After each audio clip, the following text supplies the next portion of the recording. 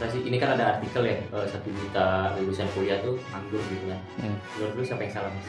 Wah, ini bukan tentang placing blame ya. Tapi pengangguran sendiri bukan berarti itu pertanda gagal. Asalkan kita mengisi waktu pengangguran itu secara produktif. Artinya menganggur tapi bukan melamun. Ada hal-hal yang di luar kendali kita, seperti misalnya kondisi ekonomi lagi sulit, banyak yang di PHK, mungkin banyak orang yang di bidang kita dan punya pengalaman lebih banyak dari kita, terutama kalau kita baru lulus gitu ya. Pasti lebih berharga lah keahlian mereka dibanding kita. Itu juga bisa menjadi kesempatan. Kadang-kadang kita yang masih baru terhadap industri ini membawa sesuatu yang fresh, dari sisi gaji mungkin lebih rendah gitu ya. Ini bukan membenarkan atau menyalahkan, tetapi bisa jadi kita menawarkan value yang mendekati dengan harga yang mungkin lebih kurang. Jadi itu mungkin bisa jadi kesempatan. Dari sisi hal yang bisa kita kendalikan, jadi pertanyaan, apakah kita memilih jurusan yang memang mempersiapkan kita untuk mendapatkan pekerjaan? Kenapa kita mengambil jurusan kuliah? Kalau tujuannya seperti topik ini kan 1 juta orang lulus kuliah tapi menganggur. Nah, apakah 1 juta orang itu memilih kuliah dengan tujuan untuk bisa mendapatkan pekerjaan? Karena di zaman sekarang banyak sekali industri-industri baru yang muncul yang sebenarnya kalau dipikir-pikir tidak butuh kuliah. Sebagai contoh nih ya,